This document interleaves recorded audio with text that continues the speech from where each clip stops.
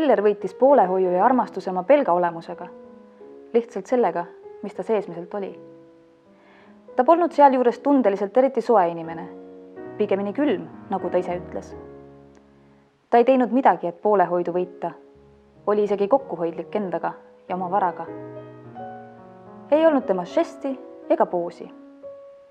Valetada ta ei osanud. Oli kuidagi läbipaistev ja tema soove oli kerge aimata. Kahjuks ei saanud neid alati täita. Naised teda armastasid, kuigi ta niinimetatud naistemees ei olnud ja eelistas sõprade seltskonda ja meeste jutte.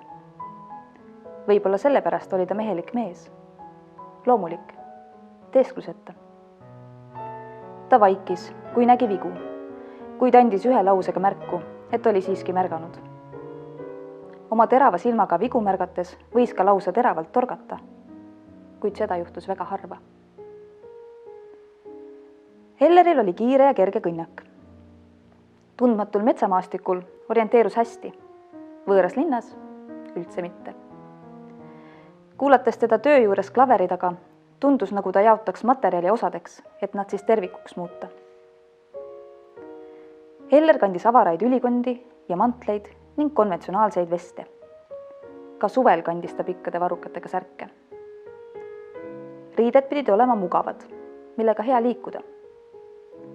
Ta ei sallinud midagi, mis silma torkas, kuid rõõmustas, kui näiteks kiideti lipsu, mille olin oma sõprade kaudu välja ajanud.